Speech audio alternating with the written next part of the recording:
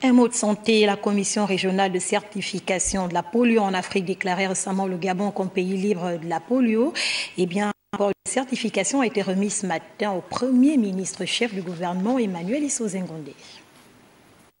À la primature, l'équipe du Gabon ayant pris une part active à la réunion de la commission régionale de certification de la poliomyélite en Afrique, tenue récemment à Yaoundé au Cameroun, est venue remettre au Premier ministre chef du gouvernement, Emmanuel Issoze Ngondé, le rapport de certification du Gabon déclaré pays libre de la poliomyélite. La discussion avec le Premier ministre était d'expliquer qu'est-ce que cela veut dire.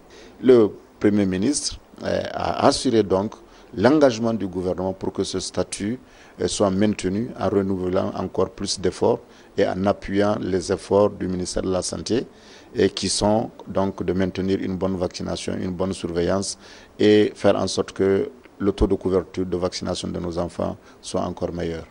Le président du comité national de certification de la polio, le professeur Jean Coco, est revenu sur ce processus qui distingue le Gabon. Pour arriver à cet objectif, il fallait 3 critères essentiellement: qu'il n'y ait pas de circulation de poliovirus sauvage dans notre pays depuis au moins 3 ans.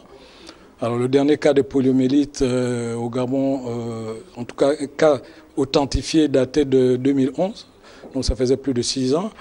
Autre critère, c'était d'avoir des couvertures vaccinales de l'ordre de 90% sur l'ensemble du territoire.